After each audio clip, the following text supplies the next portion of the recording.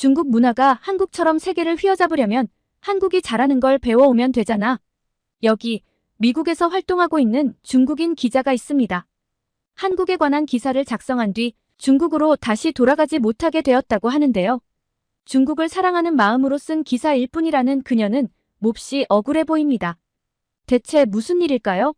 오늘의 사연 시작합니다. 안녕하세요.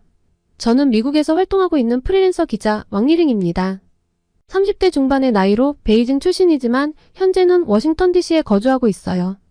제가 오늘 여러분께 들려드릴 이야기는 제 인생을 완전히 뒤바꿔 놓은 사건에 관한 것입니다. 어디서부터 이야기를 해야 할지 조금 막막한데요. 하나씩 풀어볼게요. 그날도 평소와 다름없이 아침 일찍 일어나 노트북을 켰어요. 커피 한 잔을 마시며 이메일을 확인하는데 갑자기 눈에 띄는 기사 하나를 발견했죠. 워싱턴 포스트에 실린 기사였는데 제목이 너무나 흥미로웠어요. 덴마크의 금지 조치로 인해 한국의 불닭볶음면 오히려 더 큰 주목받아. 처음에는 그저 평범한 식품 관련 뉴스라고만 생각했어요. 하지만 기사를 읽어볼수록 이상한 점을 발견하게 되었죠. 어떻게 한 나라의 금지 조치가 오히려 그 제품의 인기를 높일 수 있을까요? 더구나 그 제품이 한국산이라니 더욱 의아했어요. 저는 즉시 더 자세한 내용을 찾아보기 시작했어요. 구글 트렌드를 확인해보니 불닭볶음면의 검색량이 역대 최고치를 기록하고 있었어요. 영국 언론도 이 사태에 대해 보도하고 있었고 심지어 영국 식품표준청에서는 이 제품의 위험성을 발견하지 못했다고 밝혔더라고요. 이건 분명 뭔가 있어. 저는 중얼거렸어요. 제 기자 본능이 꿈틀거리기 시작했죠. 어떻게 이런 일이 가능할까요? 한국이 뒷돈을 먹였을까? 아니면 다른 비밀이 있는 걸까? 저는 즉시 제 편집장에게 연락했어요. 이 불닭볶음면 사태에 대해 취재하고 싶습니다. 뭔가 큰 이야기가 숨어 있을 것 같아요. 다행히 편집장도 이 주제에 관심을 보였고 저는 바로 취재를 시작했어요. 먼저 한국 식품회사에 연락을 취했지만 돌아오는 답변은 평범했어요. 우리는 단순히 좋은 제품을 만들었을 뿐입니다. 이런 답변으로는 도저히 납득이 되지 않았어요. 내가 중국인이라 비밀을 알려주기 싫어하는 눈치였죠. 하지만 이렇게 포기할 수는 없었습니다. 다음으로 덴마크 식품청에 문의했죠. 그들의 답변 또한 의아했어요. 우리는 단순히 규정에 따라 조치를 취했을 뿐입니다. 하지만 이 조치가 오히려 역효과를 낳고 있다는 사실을 그들도 인정했어요. 취재를 거듭할수록 이 사태가 단순한 우연이 아니라는 확신이 들었습니다. 한국의 마케팅 전략이 뭔가 특별한 게 분명했죠. 하지만 그게 정확히 무엇인지는 아직 파악하지 못했어요. 며칠 동안 잠도 제대로 못 자가며 취재에 몰두했습니다. 한국의 문화산업, 식품산업, 그리고 글로벌 마케팅 전략에 대해 공부했는데요. 그러던 중 우연히 하버드 비즈니스 스쿨의 웹사이트에서 한 칼럼을 발견했어요. 그 칼럼의 저자는 세계적으로 유명한 마케팅 전문가인 데이비드 드부아 박사였는데요. 그의 분석을 읽어내려가면서 저는 점점 더 놀라움으로 휩싸였습니다. 한국의 K브랜드 전략이 단순한 우연이 아니라 치밀한 계획과 독특한 문화적 특성의 결과라는 것을 알게 되었거든요. 이거야, 바로 이거야. 저는 흥분해서 소리쳤어요. 드디어 제가 찾던 퍼즐의 마지막 조각을 발견한 것 같았거든요. 하지만 동시에 가슴 한편으로는 묘한 감정이 일었어요. 왜 중국은 이런 전략을 세우지 못했을까? 우리도 충분히 할 수 있었을 텐데. 그런 생각이 들자 갑자기 우울해졌어요. 미국에 와서 요새 매일 느끼거든요. 중국의 이미지가 그다지 좋지 않다는 걸요. 같은 동양인인데 한국인들은 환대받고 중국인이라고 하면 색안경을 끼고 보는. 요새 미국 사회의 분위기가 영 마음에 들지 않는 요즘입니다. 그래도 저는 프로페셔널한 기자로서 이 사실을 객관적으로 보도해야 한다고 생각했어요. 한국의 전략이 놀랍고 대단하다는 것을 인정하면서도 동시에 중국도 이를 배워 더 발전할 수 있다는 메시지를 전하고 싶었죠. 무엇보다 제가 사랑하는 중국이 한국을 배워서 중국 문화의 우수함도 더 널리 세계로 뻗어나갔으면 하는 순수한 마음이었습니다. 기사를 쓰기 시작했어요. 한국의 K브랜드 성공 비결, 우연이 아닌 치밀한 전략이라는 제목으로요. 이 기사가 제 인생을 얼마나 크게 뒤흔들어 놓을지 그때는 전혀 몰랐지만요. 물론 기사를 쓰는 건 그리 쉽지 않았어요. 우선 저는 데이비드 드부아 박사의 분석을 접한 후 저는 그의 주장을 하나하나 검증해보기로 했어요. 처음엔 반신반의했지만 조사를 거듭할수록 그의 말이 사실임을 깨달았죠. 드부아 박사는 한국이 지난 20년간 문화 강국으로 부상했다고 말했어요. 한국의 음악, 영화, 드라마뿐만 아니라 현대 미술, 게임 산업, 심지어 뷰티 시장까지 모든 분야에서 한국이 눈부신 성과를 거두고 있다는 거예요. 처음엔 설마 라고 생각했어요. 하지만 실제 데이터를 찾아보니 정말 그랬어요. 특히 2030년까지 183억 2천만 달러 규모로 성장할 것으로 예상되는 뷰티 시장의 전망에 놀랐죠. 중국의 화장품 시장도 크지만 한국의 성장세는 정말 대단했어요. 특히 한국산 제품은 프리미엄 라인으로 팔리고 있다는 것이 대단했죠. 그런데 더 놀라운 건 그 다음이었어요. 드부아 박사는 이 모든 게 우연이 아니라고 말하는 거예요. 1994년 영화 쥬라기 공원의 흥행 수익이 현대차 150만 대 판매와 맞먹는다는 보고서를 본 한국 정부가 문화산업에 대대적인 투자를 시작했다는 거예요. 이런 걸 중국 사람들은 까맣게 모르고 있었구나. 저도 모르게 중얼거렸어요. 한 영화의 흥행 실적을 보고 국가 전략을 바꾸다니 정말 대단하더라고요.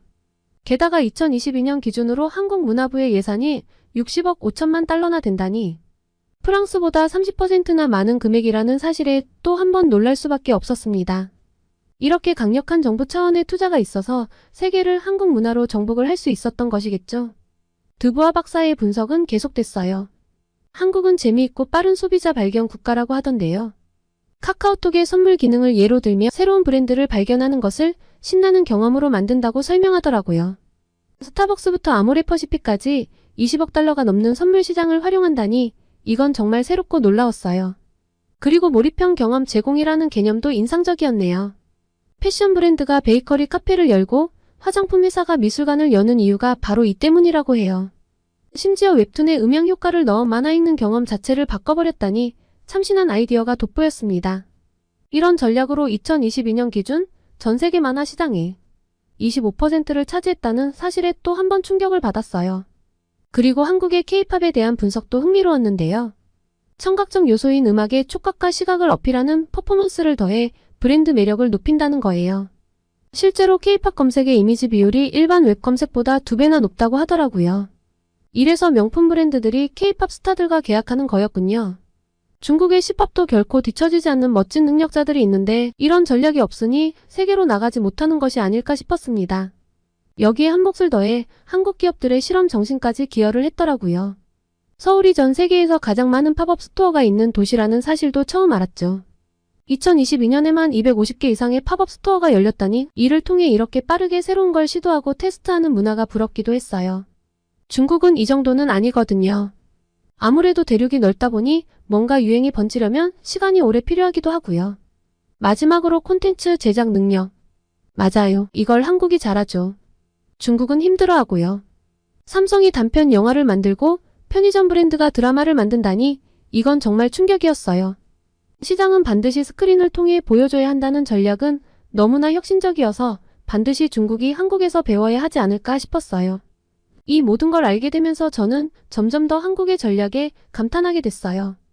동시에 질투심도 생겼죠. 왜 우리 중국은 이런 전략을 쓰지 못했을까? 하는 생각이 자꾸 들었어요. 하지만 한편으로는 이런 한국의 전략을 배우면 중국도 더 발전할 수 있지 않을까 하는 희망도 생겼죠. 제가 좀 긍정적이죠? 다 생각하기 나름이니까요. 드부아 박사가 제시한 4가지 질문인 브랜드를 눈에 띄게 만드는 방법, 몰입감 제공, 새로운 실험, 미디어 자산 활용까지 모든 게 중국 기업들에게도 적용될 수 있을 것 같았거든요. 한국이 있는데 중국이 못할 리 없잖아요. 이 모든 내용을 정리하면서 저는 한국의 성공이 결코 우연이 아니었다는 걸 깨달았어요. 한국인들의 빠른 도전 정신, 새로운 것을 받아들이는 속도, 독창성까지 모든 것이 어우러져 한국을 글로벌 무대의 강자로 만든 거죠. 이제 이 내용을 어떻게 기사화할지 고민이었습니다. 한국의 전략을 객관적으로 소개하면서도 중국 독자들에게 자극이 되는 글을 쓰고 싶었거든요. 이건 단순한 기사가 아니라 우리 중국의 미래를 위한 제안이 될 수 있을 것 같다는 생각으로 얼마나 두근거렸는지 몰라요. 기사를 발행하고 나서 저는 긴장된 마음으로 반응을 기다렸죠. 심장이 터질 것 같았어요. 중국의 문화도 한국처럼 세계적으로 인정받았으면 하는 바람으로 썼지만 독자들이 내 생각을 잘 이해해줄지 기대가 되는 한편 걱정도 되었거든요. 처음 몇 시간은 조용했어요. 그런데 갑자기 제 SNS 계정으로 알림이 쏟아지기 시작했죠. 처음엔 단순한 관심인 줄 알았는데 댓글을 보고 깜짝 놀랐어요. 왕리링 너 매국노야? 한국 돈에 넘어간 거냐? 우리나라를 모욕하는 기사를 어떻게 쓸 수 있어? 온통 비난 일색이었어요. 제가 의도했던 바와는 전혀 다르게 받아들여진 것 같았죠. 일부 독자들은 제 기사를 자세히 읽지도 않은 채 무조건적으로 비난하고 있었어요. 잠깐만요, 여러분. 제 의도는 그게 아니에요. 우리도 배울 점이 있다는 걸 말하고 싶었을 뿐이에요. 해명 댓글을 달았지만 상황은 더 악화됐어요. 배울 게 뭐가 있어? 우리 문화가 최고야. 한국은 중국이 없었으면 제대로 발전할 수도 없는 나라였다고. 그런데 한국을 배우라고 해? 너는 매국노야. 제 마음을 후벼파는 댓글들이 계속 달렸어요. 댓글이 달리는 알람 소리가 쉼없이 울려 우선 휴대폰을 무음으로 바꿔놓았습니다. 심장이 벌렁거려서 숨을 제대로 쉴 수도 없었죠. 문제는 이 사태가 점점 더 심각해졌다는 것입니다. 누군가 제 개인정보를 SNS에 올리기 시작한 거예요. 저의 집 주소, 전화번호, 심지어 가족 사진까지 대체 어떻게 알고 이렇게 다 퍼뜨리는 건지 당황스럽기 그지없었어요. 제 의사와 상관없이 순식간에 제 사생활이 만천하에 공개됐죠. 전화벨이 쉴 새 없이 울렸어요. 모르는 번호에서 걸려오는 전화들은 엄청난 공포였습니다. 혹시나 해서 전화를 받아보면 욕설과 협박이 이어졌죠. 너 같은 배신자는 중국에 발도 들이지 마. 미국에 산다며? 미국 음식을 먹고 뇌가 어떻게 되어버린 거냐? 이메일함도 마찬가지였어요. 수백 통의 증오 메일이 쏟아졌죠. 심지어 제가 일하는 언론사로 항의 전화가 빗발쳤어요. 편집장님께서 저를 호출하셨죠. 리링, 상황이 심각해. 당분간 휴가를 가는 게 어떻겠어? 그 말씀에 눈물이 났어요. 제가 잘못한 게 뭘까요? 단지 우리나라의 발전을 위해 쓴 기사였을 뿐인데 왜 제 순수한 애국심을 아무도 몰라줄까요? 집에 돌아와 인터넷을 보니 제 이름이 실시간 검색어에 올라 있더라고요. 매국노 왕리링이라는 해시태그가 트렌드였어요. 유명 연예인들까지 나서서 저를 비난하고 있었죠. 틱톡의 인플루언서들도 저를 원색적으로 비난하고 있었어요. 어떻게 이럴 수 있을까 한숨이 절로 나왔습니다. 제가 알던 중국 사람들이 맞나 싶었어요. 이성적인 토론은 찾아볼 수 없고 오직 감정적인 반응만 가득했죠. 며칠 동안 집 밖으로 나가지 못했어요. 창문을 열 때마다 누군가 지켜보고 있는 것 같은 환각에 시달렸습니다. 저와 굉장히 친했던 중국인 친구들에게 연락했지만 그들도 다른 사람들과 다를 바가 없었습니다. 대부분 네가 잘못했어라고 하더라고요. 그때 문득 드는 생각이 있었어요. 이게 바로 우리나라의 문제인가? 타국의 장점을 인정하고 배우려는 자세는 찾아볼 수 없고 무조건적인 애국심만 강요하는 분위기. 이래서 우리가 발전하지 못하는 건 아닐까? 점점 중국 사회에 대한 회의감이 들기 시작했어요. 제가 사랑하는 조국이었지만 이런 모습은 정말 실망스러웠죠. 비판적 사고나 건설적인 토론은 찾아볼 수 없고 오직 맹목적인 애국심만 강요하는 것 같았어요. 그러던 어느 날 한 통의 메일을 받았습니다. 익명의 독자였는데 당신 기사에 완전히 동의합니다. 우리도 변해야 해요. 하지만 지금 중국에서는 이런 말을 할 수 없어요. 현실을 알려줘서 감사합니다. 라고 적혀 있었죠. 그 메일을 읽고 울컥했어요. 제 의도를 정확히 이해해준 사람이 있다는 사실의 위로를 받았죠. 동시에 더 큰 책임감도 느꼈어요. 나 같은 사람이 목소리를 내야 해. 그래야 우리나라가 더 나아질 수 있어. 하지만 현실은 녹록지 않았어요. 이미 찍힌 매국노라는 낙인을 어떻게 지워야 할지, 앞으로 어떻게 살아가야 할지 모든 게 막막하기만 했습니다.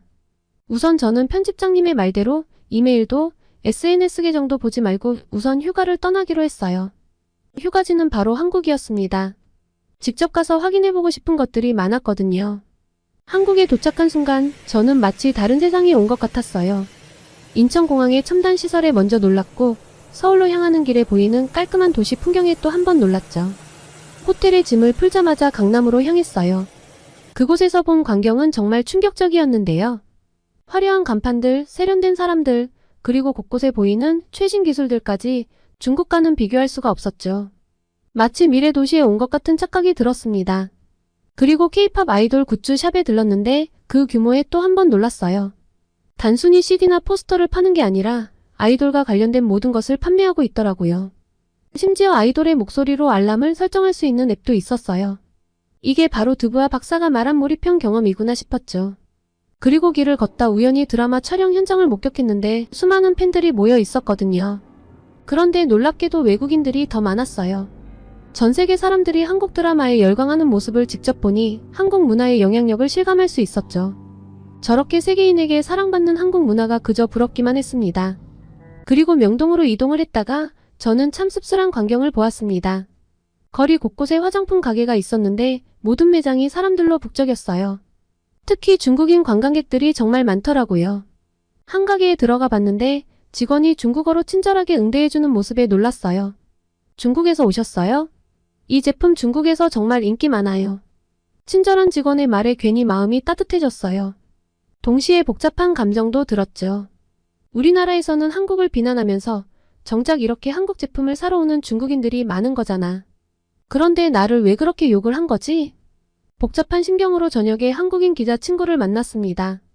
친구가 데려가준 식당은 정말 특별했어요. 음식을 주문하자 테이블에 설치된 스크린에 요리 과정이 나오더니 잠시 후 로봇이 음식을 서빙하는 거예요. 이게 바로 한국의 빠른 소비자 발견 능력이구나. 저도 모르게 중얼거렸어요. 뭐라고? 무슨 소리야? 친구가 묻더군요. 아니, 그냥 한국은 정말 빠르게 변화하는 것 같아서. 친구는 웃으며 대답했어요. 맞아. 나도 한국인이지만 한국이 좀 빠르기는 해. 나도 가끔은 그 속도를 따라가기 힘들 때가 있어. 바로 그 빠른 속도가 급변하는 세계 문화를 주도하는 힘 아닐까? 라는 말이 혀끝까지 나왔는데 다시 삼켰습니다. 이게 중국인으로서 제 마지막 자존심이랄까요? 그리고 저는 이 한국 기자 친구 덕분에 조금 더 한국 문화를 구체적으로 살펴볼 수 있었습니다. 방문해보면 좋을 곳들도 추천해줬죠. 친구의 추천대로 다음날 유명 엔터테인먼트 회사의 전시관에 갔어요. 그곳에서 K-팝 아이돌의 트레이닝 과정을 볼 수 있었는데 정말 놀라웠어요. 춤 노래는 물론이고 외국어 매너 교육까지 웬만한 학교보다 더 대단했습니다. 이렇게 체계적으로 스타를 만들어내는구나 싶었죠. 그런데 웃긴 게 뭔 줄 아세요? 저는 미국에서보다 더 많은 중국인들을 한국에서 만났거든요. 제가 일부러 찾아다닌 게 아니라 거리를 걷다 보면 곳곳에서 중국인 관광객들을 볼 수 있었어요. 그들의 대화를 엿듣다 보면 재미있는 점을 발견할 수 있었죠. 야, 이거 정말 비싸다. 한국 물건이 다 그렇지 뭐. 그래도 사야지. 중국 가면 이 정도의 품질은 못 구해. 한국 거는 비싼 값을 하잖아. 겉으로는 불평하면서도 결국 지갑을 여는 모습에 절로 실소가 나왔습니다. 그들의 모습에서 억눌린 욕망을 볼 수 있었죠. 한국 문화를 좋아하면서도 그걸 솔직히 표현하지 못하는 뒤틀린 마음이요. 제게 쏟아진 엄청난 댓글 세례가 이런 마음을 기반으로 했겠죠? 한국에서의 휴가를 마치며 저는 깊은 고민에 빠졌어요. 한국의 성공을 직접 목격하니 우리나라의 현실이 더욱 안타깝게 느껴졌거든요. 하지만 동시에 희망도 보였어요. 우리도 노력하면 이렇게 될 수 있지 않을까? 미국으로 돌아가는 비행기에 오르며 생각했어요. 이 경험을 어떻게 중국 사람들에게 전할 수 있을까? 어떻게 하면 그들의 마음을 열 수 있을까? 미국으로 가는 내내 한숨도 자지 못하고 생각해봤지만 뾰족한 수가 없었습니다. 그리고 제겐 또 하나의 문제가 남아 있었어요. 바로 언론사와의 계약이 끝나갈 시점이었거든요. 중국으로 돌아가야 할 시기가 다가오고 있었지만 마음은 복잡하기만 했죠. 아버지와의 영상통화에서 이 고민을 털어놓았어요. 아버지, 제가 중국으로 돌아가도 괜찮을지 모르겠어요. 아버지의 표정이 굳어졌어요. 오랜 공산당원인 아버지의 애국심은 누구보다 강했죠. 리링, 무슨 소리니? 내 나라야. 당연히 돌아와야지. 잘못된 건 해명하고 용서를 구하면 된다. 하지만 아버지, 제가 본 것들을 어떻게 말해야 할지 모르겠어요. 잘못된 건 없었어요. 한국의 성공 전략을 배워야 한다고 생각했을 뿐이에요. 중국을 위해서요. 그런데 그걸 말하면 또 매국노 취급을 받을 것 같아요. 아버지는 한숨을 쉬셨어요. 내 마음은 이해한다. 하지만 조국을 위해 일하는 것이 내 의무야. 그리고 그 방법이 좀 어렵더라도 진심은 통하는 법이다. 그 말씀에 가슴이 아팠어요. 아버지의 세대는 무조건적인 애국심이 당연했겠지만 저에겐 그게 너무 어려웠어요. 아버지, 그 기사 때문에 제가 받은 비난들을 아세요? 사람들은 진실을 듣고 싶어 하지 않아요. 그저 자신들이 듣고 싶은 말만 원해요. 그래도 포기하면 안 돼. 내가 본 것을 전달하는 것이 언론인의 역할이야. 그것이 중국을 위한 길이라면 내 역할에 충실해야 하지 않겠니? 통화를 마치고 나서 저는 더욱 혼란스러워졌어요. 아버지 말씀대로 조국을 위해 일해야 한다는 건 알지만 그게 과연 가능할까요? 며칠 동안 고민했어요. 한국에서 본 것들, 느낀 것들을 어떻게 전달할 수 있을까? 중국인들에게 한국에서 배울 점들을 객관적으로 보도하면서도 애국심을 지키는 방법은 없을까? 결국 한 편의 기사를 썼어요. 한국의 성공에서 배우는 교훈이라는 제목으로요. 최대한 중립적인 톤을 유지하면서 한국의 전략 중 우리가 배울 만한 점들을 조심스럽게 제시했죠. 하지만 기사를 보내기 직전 손가락이 멈췄어요. 이걸 보내면 또 어떤 비난을 받게 될까라는 두려움이 밀려왔죠. 눈앞에는 제가 받았던 원색적인 악플들이 펼쳐졌고 귓가에는 SNS 댓글 알림 소리가 울렸습니다. 그 순간 제 휴대폰으로 메시지가 왔어요. 중국에 있는 대학 후배였어요. 선배, 저 선배 기사를 보고 이번에 한국 다녀왔어요. 정말 대단하더라고요. 우리나라도 저렇게 됐으면 좋겠어요. 중국 사람들도 어차피 한국이 좋은 건 다 알아요. 그러니까 배울 건 좀 배워오면 얼마나 좋아. 근데 이런 말 큰 소리로 못하겠어요. 사람들이 듣기 싫어해서요. 그 메시지를 읽는 순간 눈물이 났어요. 저만 이런 생각을 하는 게 아니었던 거예요. 많은 젊은이들이 변화를 원하지만 그저 말하지 못하고 있을 뿐이었죠. 괴로웠어요. 제가 본 진실을 말하고 싶은데 그럴수록 조국에서 멀어지는 것 같았어요. 애국심과 진실 사이에서 갈등하는 제 모습이 너무나 초라해 보였죠. 왜 이렇게 어려워야 하는 걸까? 중얼거리며 창밖을 바라봤어요. 미국의 자유로운 언론 환경이 부럽기도 했죠. 하지만 동시에 제 뿌리인 중국을 포기할 수는 없었어요. 결국 그 기사는 보내지 않기로 했어요. 대신 개인 블로그에 한국 여행 경험을 에세이 형식으로 올렸죠. 직접적인 비교는 피하고 그저 제가 느낀 점들을 솔직하게 썼어요. 그런데 예상치 못한 일이 벌어졌어요. 저의 블로그 글이 중국 SNS에서 조용히 퍼지기 시작한 거예요. 특히 젊은 층 사이에서요. 익명으로 달린 댓글들을 보니 많은 사람들이 공감하고 있었어요. 나도 비슷한 경험을 했어요. 우리나라도 변해야 해요. 이런 솔직한 이야기를 들을 수 있어 좋아요. 이런 반응들을 보며 작은 희망을 느꼈어요. 어쩌면 이렇게 조금씩 변화를 만들어갈 수 있지 않을까? 하지만 동시에 두려움도 컸어요. 이 글이 더 퍼지면 또다시 비난의 대상이 될 수도 있겠죠. 중국으로 돌아간다면 어떤 일이 벌어질지 상상도 할 수 없었어요. 조국을 사랑하지만 그 사랑을 표현하는 방식이 이렇게 어려울 줄은 몰랐습니다. 진실을 말하는 것이 애국이라고 생각했는데 현실은 그렇지 않았어요. 아버지 죄송해요. 제가 생각한 애국이 아버지의 애국과는 다른가 봐요. 혼잣말로 중얼거리며 저는 앞으로의 길을 고민했습니다. 중국으로 돌아가 싸울 것인가 아니면 이곳에 남아 밖에서 영향을 미칠 것인가? 쉽게 답을 내릴 수 없는 무거운 질문이었습니다. 결국 저는 중국으로 돌아가지 않기로 결심했어요. 가슴 아픈 선택이었지만 제가 할 수 있는 최선의 결정이라고 믿었죠. 미국에 남아 객관적인 시각으로 세계를 바라보고 그 안에서 한국과 중국 그리고 세계 각국의 장단점을 분석하고 전달하는 것. 그것이 제가 찾은 새로운 사명이었습니다. 워싱턴 DC의 작은 아파트에서 새 삶을 시작했어요. 프리랜서 칼럼니스트로 활동하며 주로 동아시아 문화와 경제에 대해 글을 썼죠. 특히 한국의 마케팅 전략과 문화산업의 성공 사례를 자주 다뤘어요. 물론 중국에 대한 글도 잊지 않았습니다. 처음엔 힘들었어요. 무엇보다 조국이 날 버렸다는 생각에 뿌리를 잃은 것 같아 사무치게 외로울 때가 많았습니다. 하지만 포기하지 않았죠. 밤낮으로 공부하고 취재하며 글을 썼어요. 그리고 서서히 변화가 찾아왔습니다. 제 글이 미국의 유명 매체들에 실리기 시작했어요. 동아시아 전문가 왕리링의 날카로운 통찰이란 평가와 함께요. 특히 한국의 성공 전략을 분석한 칼럼 시리즈가 큰 호응을 얻었죠. 한국의 성공은 우연이 아닙니다. 그들의 치밀한 전략과 빠른 실행력, 그리고 글로벌 트렌드를 읽는 능력이 만들어낸 결과죠. 이는 비단 한국만의 이야기가 아닙니다. 다른 나라들도 이를 배울 수 있고 또 배워야 합니다. 이런 내용의 글들이 세계 각국의 독자들에게 읽히며 저는 점점 더 유명해졌어요. 칼럼니스트로서의 제 꿈이 현실이 되어가는 순간이었죠. 하지만 기쁨 한편에 서글픔도 컸어요. 제 글이 전 세계에서 읽히고 있는데 정작 제가 가장 사랑하는 조국, 중국에서는 볼 수 없다는 사실이 너무 아팠거든요. 가끔 중국 친구들과 통화를 하면 더 마음이 아팠어요. 리링, 내가 요즘 뭐 하는지 궁금해. 어떻게 지내? 글 쓰면서 잘 지내고 있어. 내 글 혹시 봤어? 아니, 못 봤어. 여기선 내 글을 볼 수가 없어. 이런 대화를 할 때마다 가슴이 찢어지는 것 같았어요.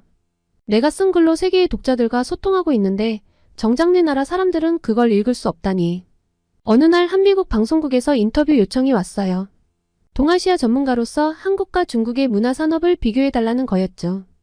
방송 중 앵커가 물었어요. 당신의 글이 전 세계적으로 주목받고 있는데 반해 중국에서는 볼 수 없다고 들었습니다. 어떤 기분인가요? 순간 말문이 막혔어요. 눈시울이 붉어졌지만 꼭 참고 대답했죠. 안타깝습니다. 하지만 저는 언젠가 제 글이 중국 독자들에게도 읽힐 수 있을 거라 믿습니다. 그때까지 계속해서 객관적이고 건설적인 글을 쓰겠습니다. 방송이 끝나고 집에 돌아와 거울을 봤어요. 눈가에 주름이 늘었더라고요. 미국에서의 삶이 결코 쉽지만은 않았다는 증거겠죠. 그래도 후회는 없어요. 제가 하는 일이 의미 있다고 믿기 때문이에요. 한국의 우수성을 세계에 알리는 동시에 중국의 발전 가능성도 함께 이야기하고 있으니까요. 때론 외롭고 때론 서글프지만 이것이 제가 택한 길이에요. 언젠가 제 글이 자유롭게 중국에서도 읽힐 그날을 꿈꾸며 오늘도 키보드 앞에 앉습니다. 새로운 칼럼을 시작하며 마음 한편으로는 조국을 그리워합니다.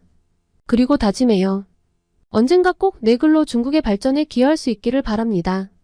너무나 부러운 한국분들, 제 이야기를 들어주셔서 감사합니다. 모두 건강한 여름 보내세요. 일본 국민이 더 가난해지기 싫으면 한국을 배워야 해요. 여기 한국의 모 대학 강의실. 일본인 교수가 한국을 왜 배워야 하는지 달아오른 얼굴로 열변을 토하고 있습니다. 그런데 놀랍게도 그녀는 얼마 전까지만 해도 일본의 대학에서 경제학을 강의했다고 하는데요. 대체 왜 한국에 와 있을까요? 오늘의 사연 시작합니다. 안녕하세요. 저는 이른 나이에 일본의 명문 대학에서 경제학 교수로 임용되어 한때 일본에서 강의를 해왔던 사토 유키코라고 합니다. 그동안 일본 경제의 흐름을 연구하고 분석하는 것이 제 일상이었는데요. 최근 제 인생에 큰 변화가 찾아왔습니다. 바로 한국의 대학으로 이직을 결심한 것입니다.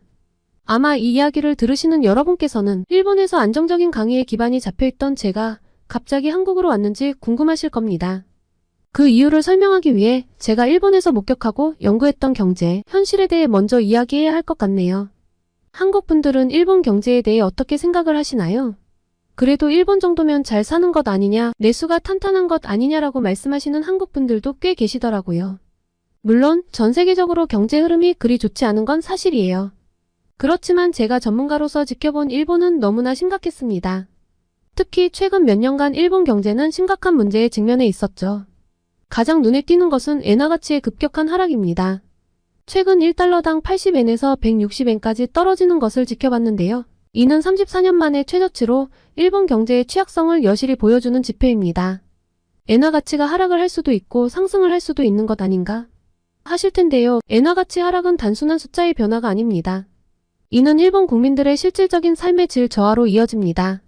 수입 물가가 급등하면서 일상생활에 필요한 물품들의 가격이 크게 올랐죠. 하지만 임금은 그에 맞춰 오르지 않았습니다. 결과적으로 일본인들의 실질 임금은 계속해서 떨어지고 있는 상황입니다. 이럴 때 무엇보다 중요한 게 정부와 중앙은행의 대응인데요. 금리 인상을 통해 엔화 가치를 방어하려는 시도도 없었고 물가 상승을 억제하기 위한 효과적인 대책도 보이지 않았습니다. 대신 아베노믹스라는 이름으로 대규모 양적 완화 정책을 펼쳤지만 이는 오히려 엔화 가치 하락을 가속화시키는 결과를 낳았죠. 더불어 최근 일본을 찾는 외국인 관광객의 급증도 새로운 문제를 낳고 있습니다. 소위 오버투어리즘 현상인데요. 2019년에는 3,200만 명의 외국인 관광객이 일본을 방문했고 올해는 그 수치를 훌쩍 뛰어넘을 것으로 예상됩니다. 처음에는 이것이 일본 경제에 도움이 될 거라고 생각했습니다. 하지만 현실은 달랐어요. 엔화 가치 하락으로 인해 일본이 외국인들에게는 싸구려 관광지가 되어버린 겁니다. 비싼 음식점이나 호텔을 쉽게 이용하는 외국인들을 보며 정작 일본인들은 상대적 박탈감을 느끼게 된 것이죠. 이런 상황에서 일본 국민들의 불만은 고조되었습니다. 일본이 너무 싸졌다는 푸념이 곳곳에서 들리고 심지어 외국인에게 더 비싼 요금을 적용하자는 이중 가격제 논의가 여기저기서 이루어지는 모습은 씁쓸하기 그지없었습니다. 이건 일본의 전통 문화에도 어긋나는 모습들이에요. 일본에는 오모테나시 문화라는 것이 있거든요. 손님을 정성껏 대접하는 문화라는 뜻인데 온 손님들도 내쫓을 문화라니 일본의 전통과는 정반대의 모습이죠. 무엇보다 제가 가장 우려한 것은 이런 경제적 어려움이 일본의 미래를 어둡게 만들고 있다는 점입니다. 젊은이들은 희망을 잃고 있고 기업들은 해외 투자를 늘리며 일본을 떠나고 있습니다.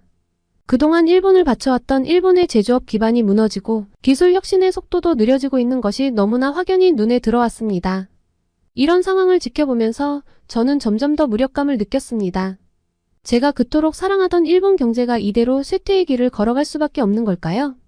그때 우연히 한국의 경제 동향을 접하게 되었고 그것이 제 인생의 전환점이 되었습니다. 제가 한국 경제에 주목하게 된 것은 우연한 기회였습니다. 작년 봄 국제경제포럼에 참석했을 때였죠.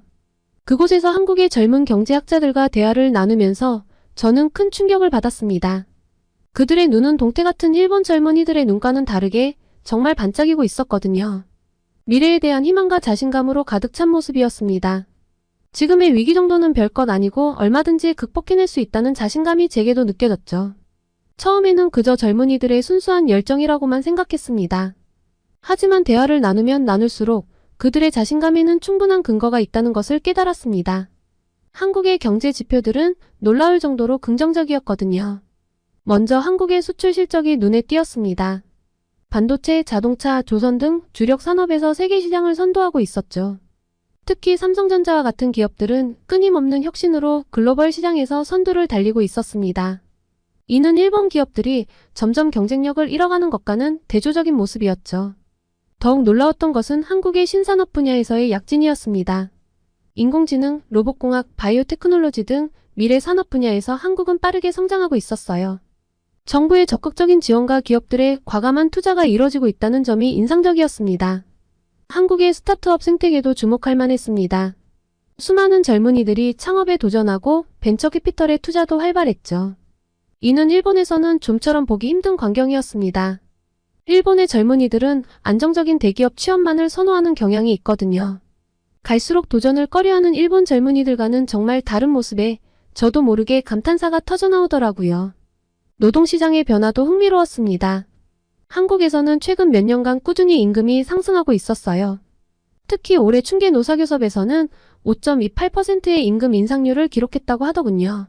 이는 일본의 실질 임금 하락과는 대조적인 모습이었습니다. 여러모로 일본이 배울 점이 많았죠. 그리고 가장 인상 깊었던 것은 한국인들의 도전 정신이었습니다. 어려움이 닥쳐도 좌절하지 않고 이를 기회로 삼아 더 높이 도약하려는 모습이 보였습니다. 예를 들어 코로나19 팬데믹 상황에서도 한국은 빠르게 대응하며 경제적 충격을 최소화했죠. K방역이라는 새로운 모델을 만들어내기도 했고요. 온 세계가 패닉에 빠져 있을 때 탈출구를 제시하는 건 미국과 일본 같은 전통적인 선진국이 아닌 한국이었죠. 사실 이런 건 한국인들 특유의 민족성과도 연관이 있는 것 같아요. 이런 한국의 모습을 보면서 저는 점점 더 큰 매력을 느꼈습니다. 일본의 미래가 잿빛이라면 한국의 미래는 밝고 푸릇한 색으로 느껴졌다고나 할까요?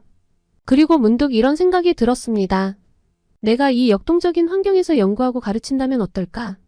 그 순간 저는 제 인생의 새로운 장을 열어야 한다는 확신이 들었습니다. 물론 결정이 쉽지는 않았습니다.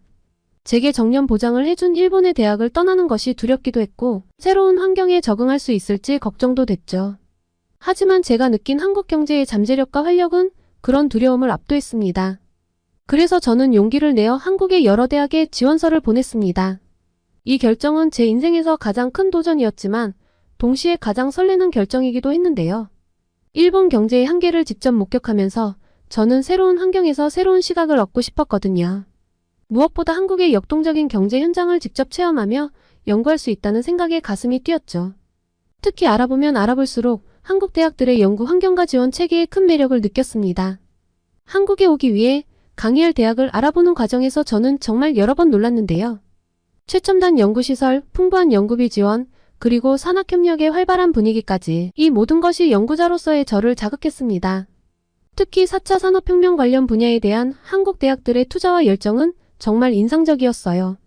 더불어 한국 학생들의 열정과 도전 정신도 저를 사로잡았습니다. 그들의 눈빛에서 미래에 대한 희망과 자신감이 느껴졌거든요. 이런 학생들과 함께 연구하고 토론할 수 있다는 생각에 저도 모르게 설렘이 피어올랐습니다. 물론 망설임도 있었어요. 새로운 환경과 낯선 언어는 제가 잘 적응할 수 있을까 하는 걱정도 들었죠. 하지만 제가 느낀 한국 경제의 잠재력과 활력은 그런 두려움을 압도했습니다. 그리고 정말 운 좋게도 저는 서울의 한 대학에서 강의를 할 곳을 구할 수 있었습니다. 기쁜 마음으로 일본 생활을 정리하는 과정에서 일본의 동료들, 학생들이 굉장히 아쉬워했는데요. 그들의 손을 붙잡고 약속한 것이 있습니다. 한국의 좋은 점들을 잘 배워와서 일본에 알려주겠다고요. 몇몇 냉소적인 사람들은 미국이나 영국도 아니고 한국에서 뭘 배우겠냐고 비아냥거리기도 했지만 흘려넘겼습니다. 제겐 큰 꿈이 있거든요. 한국이 이렇게 빠르게 고도 성장을 이뤄내고 또 급변하는 세계 정세에 대응하며 성장하는 모습에는 그 이유가 있다고 생각합니다. 한국의 빠른 의사결정 체계, 혁신을 장려하는 기업 문화, 그리고 위기를 기회로 바꾸는 유연한 사고방식까지 배울 것들이 너무나 많죠. 그리고 전 이 모든 것이 일본 경제에도 큰 도움이 될 수 있을 거라고 믿습니다. 더불어 한일 양국의 경제 협력을 위해 제가 할 수 있는 역할도 찾고 싶습니다. 양국은 서로의 장점을 배우고 단점을 보완할 수 있는 최적의 파트너라고 생각합니다. 일본의 높은 기술력과 한국의 빠른 상용화 능력이 만난다면 우리는 세계 경제를 선도할 수 있을 것이니까요. 한국에서의 새로운 삶이 시작된 지 어느덧 6개월이 지났는데요. 이 짧은 기간 동안 저는 정말 많은 것을 보고 듣고 느꼈습니다. 그리고 더욱 확신하게 되었습니다. 한국 경제의 잠재력은 제가 생각했던 것보다 훨씬 더 크다는 것을요. 먼저 한국 기업들의 혁신 속도에 놀랐습니다. 새로운 기술을 개발하고 상용화하는 속도가 믿기 힘들 정도로 빠릅니다. 예를 들어 제가 관심 있게 지켜본 배터리 기술 분야에서는 한국 기업들이 세계를 선도하고 있었어요. 이는 미래 모빌리티 산업의 핵심이 될 것입니다. 또한 한국의 스타트업 생태계의 활력도 인상적이었습니다. 젊은이들이 두려움 없이 새로운 아이디어를 비즈니스로 연결시키는 모습을 보며 저는 일본의 젊은이들에게도 이런 도전 정신이 필요하다고 생각했습니다. 한국 정부의 미래 산업 육성 정책도 주목할 만합니다. 인공지능, 빅데이터, 로봇공학 등 4차 산업혁명 핵심 분야에 대한 과감한 투자와 규제 완화는 한국이 미래 산업의 주도권을 잡는 데 큰 역할을 할 것입니다. 물론 한국 경제에도 과제가 있습니다. 고령화, 청년 실업, 중소기업과 대기업 간의 격차 등은 여전히 해결해야 할 문제들이죠. 하지만 중요한 것은 이러한 문제들을 직시하고 해결하려는 의지가 사회 전반에 퍼져 있다는 점입니다. 문제를 회피하지 않고 정면 돌파하고 다 함께 의견을 내는 모습이 전 오히려 건강하고 좋아 보였습니다. 이런 한국의 모습을 보며 저는 아시아 경제의 미래에 대해 낙관적인 전망을 갖게 되었습니다. 특히 한국과 일본이 서로의 장점을 결합한다면 우리는 세계 경제를 선도할 수 있을 것입니다. 일본의 장인 정신과 기초과학기술력, 한국의 빠른 상용화 능력과 도전 정신이 만난다면 어떤 시너지가 날지 상상해보세요. 정말 멋지지 않나요? 그래서 저는 앞으로 한일 경제 협력을 위한 가교 역할을 하고 싶습니다. 양국의 기업들이 서로의 장점을 배우고 협력할 수 있는 플랫폼을 만들고 학생들의 교류를 활성화하는 프로그램도 기획 중입니다. 이를 통해 양국이 서로를 더 이해하고 함께 성장할 수 있기를 기대하고 있죠. 더 나아가 저는 한국과 일본이 함께 아시아 경제의 새로운 모델을 제시할 수 있다고 믿습니다. 또 한일 협력이 다른 아시아 국가들에게도 좋은 본보기가 되어 전체 아시아 경제의 발전으로 이어질 수 있을 것이라 기대하고요. 제가 한국행을 결심했을 때 주변에서는 걱정의 목소리가 많았습니다. 하지만 지금 저는 그 결정이 제 인생 최고의 선택이었다고 자신 있게 말할 수 있습니다. 한국에서의 생활이 하루하루 지나갈 때마다 이 생각은 더 단단해져 가네요. 한국에서의 경험은 제 시야를 넓혀주었고 경제학자로서의 저에게 새로운 영감을 주었습니다. 앞으로도 저는 한국 경제의 잠재력을 세계에 알리는 데 힘쓰고 이와 동시에 일본 경제의 재도약을 위해 한국에서 배운 점들을 적극적으로 공유해 보려고 합니다. 우리가 서로 배우고 협력한다면 한국과 일본은 함께 더 밝은 미래를 만들어갈 수 있지 않을까요? 제 개인의 성장 그 이상을 만들어낼 한국에서의 생활을 마음껏 즐기며 또 소식을 전하도록 하겠습니다. 한국분들 모두 더운 날씨에 건강 조심하시고 모두 행복한 하루 보내세요. 오늘은 미국에 거주하는 중국 여기자가 한류 열풍을 분석했다가 중국을 발칵 뒤집어 놓은 이야기, 그리고 일본은 완전히 망했다고 선언하고 한국으로 온 일본 경제학자의 이야기, 이렇게 두 가지 사연을 전해드렸습니다. 오늘의 사연이 마음에 드셨다면 구독과 좋아요를 눌러주세요.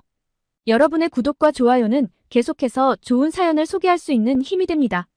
이상 감동저장소였습니다.